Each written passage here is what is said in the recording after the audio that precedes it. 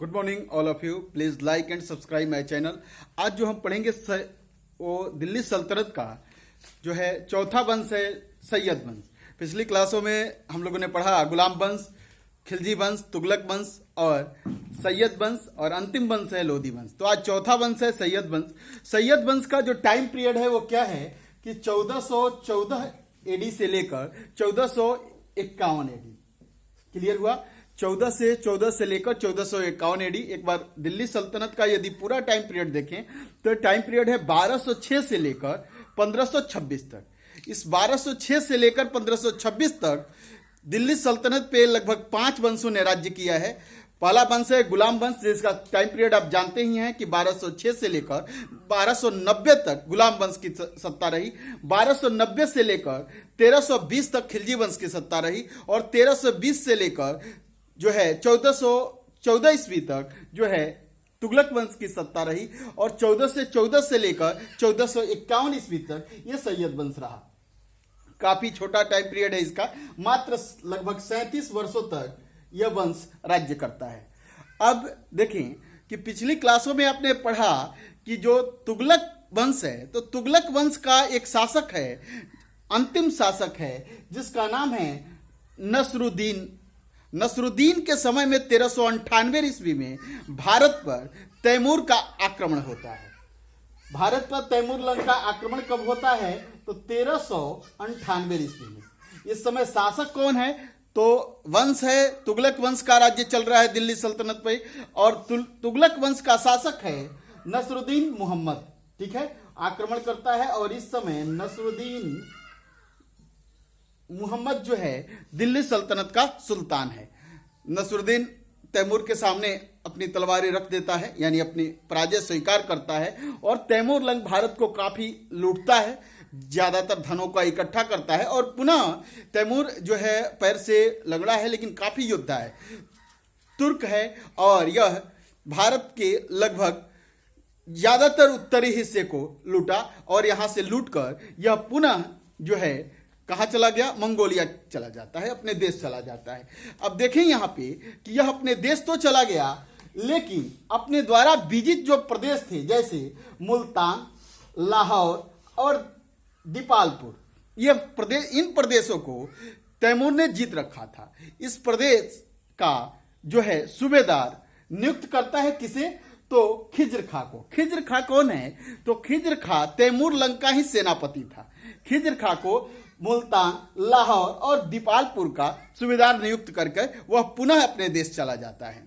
अब देखिए कि खिज्र खां ने अपनी शक्ति का विस्तार किया और कमजोर जो भी तुगलक वंश के शासक थे वो काफी कमजोर थे। इन कमजोर शासकों का लाभ उठाकर खिज्र खां ने अपनी शक्ति का प्रदर्शन करते हुए तुगलक वंश की सत्ता का जो है सर्वनाश करता है और पुनः दिल्ली सल्तनत पर एक नए वंश की स्थापना करता है जिसे इतिहास में हम सैयद वंश के नाम से जानते हैं। क्लियर हुआ? ये खिज्र खां कौन है? तो तैमूर लंग का सेनापति है। तैमूर लंग ने इसे अपना सूबेदार नियुक्त किया है मुल्तान, लाहौर और दीपालपुर क्षेत्र का। समय और परिस्थितियों का लाभ उठाता है, तुगलक वंश के सुल्तानों की कमजोरियों का लाभ उठाता है और समय मिलते ही सत्ता को तख्त को बदलता है, सत्ता को बदलता है और दिल्ली सल्तनत पर एक नए वंश की स्थापना करता है जिसे हम इतिहास में जो है सैयद वंश के नाम से जानते हैं। और सैयद वंश का संस्थापक यदि आपसे पूछे कौन, तो कौन है? खिज्र खां। खिज्र खां कौन है? इसकी कहानी आपने समझा। खिज्र खां एक उपाधि धारण करता है रैयत ए आला। ठीक है, रैयत ए आला माने मैं जो है जनता का सेवक हूं, एक तरह से इसका अर्थ हुआ जनता का सेवक। तो रैयत ए आला की उपाधि के साथ यह दिल्ली सल्तनत का सुल्तान बनता है, सैयद वंश का यह प्रथम शासक। लंबे टाइम तक यह राज्य नहीं कर पाता। 1421 ईस्वी में इसकी मृत्यु हो जाती है। 1414 में यह गद्दी पर बैठता और 21 में इसकी मृत्यु हो जाती है। अब देखें कि तैमूर का एक पुत्र है जिसका नाम क्या है कि शाहरुख। तो शाहरुख को यह हमेशा कर भेजता रहा। ठीक है, यानी कि यह अपने को, जब तक यह गद्दी पर रहा, यह अपने को पूर्ण रूप से स्वतंत्र नहीं कर पाया। यह अपने को शाहरुख का प्रतिनिधि समझता था और शाहरुख को यह भारत से कर वसूल कर कुछ न कुछ कर का हिस्सा शाहरुख को भेजा करता था।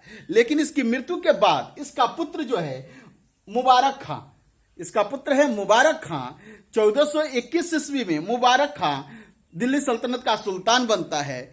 और यह अब शाहरुख को यह सुल्तान कोई नजराना नहीं भेजता, कोई कर टैक्स नहीं भेजता है। अब मुबारक शाह की उपाधि धारण करता है।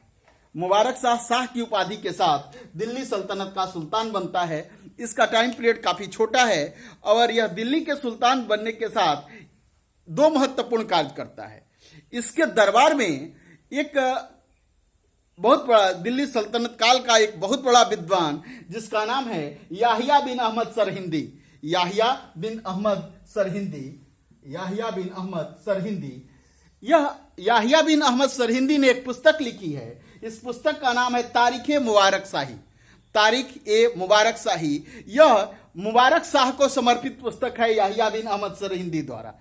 एग्जाम की दृष्टि से यह पुस्तक काफी महत्वपूर्ण है और एग्जाम के साथ साथ इतिहास की दृष्टि से भी यह पुस्तक काफी महत्वपूर्ण है, क्योंकि सैयद वंश का यदि आपको इतिहास लिखना है तो सबसे पहले आपको याहिया बिन अहमद सरहिंदी की पुस्तक तारीख ए मुबारक शाही का कंसल्ट करना पड़ेगा। इसके बाद ही आप सैयद वंश का इतिहास बता पाएंगे।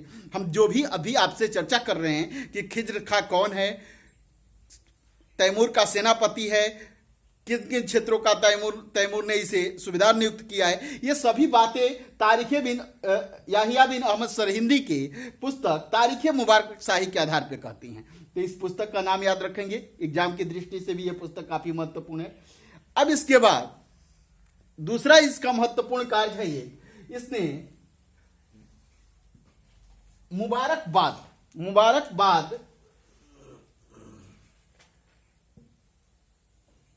मुबारकाबाद नामक एक शहर की स्थापना की है। किसने? मुबारक शाह। शासक का नाम है मुबारक शाह। शहर कौन स्थापित किया? मुबारकाबाद शहर की स्थापना किया है। तो दो ही कार्यों के लिए यह जाना जाता है मुबारक शाह। एक मुबारकाबाद शहर का संस्थापक है और दूसरा विद्वान याहिया बिन अहमद सरहिंदी का संरक्षक है।